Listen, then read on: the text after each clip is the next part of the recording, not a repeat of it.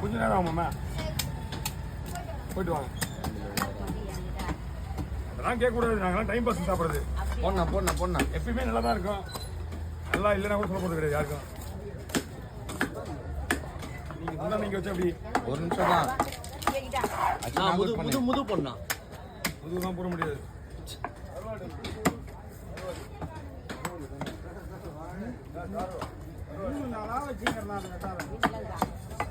மீன்லாம் சூப்பராக இருக்குமா?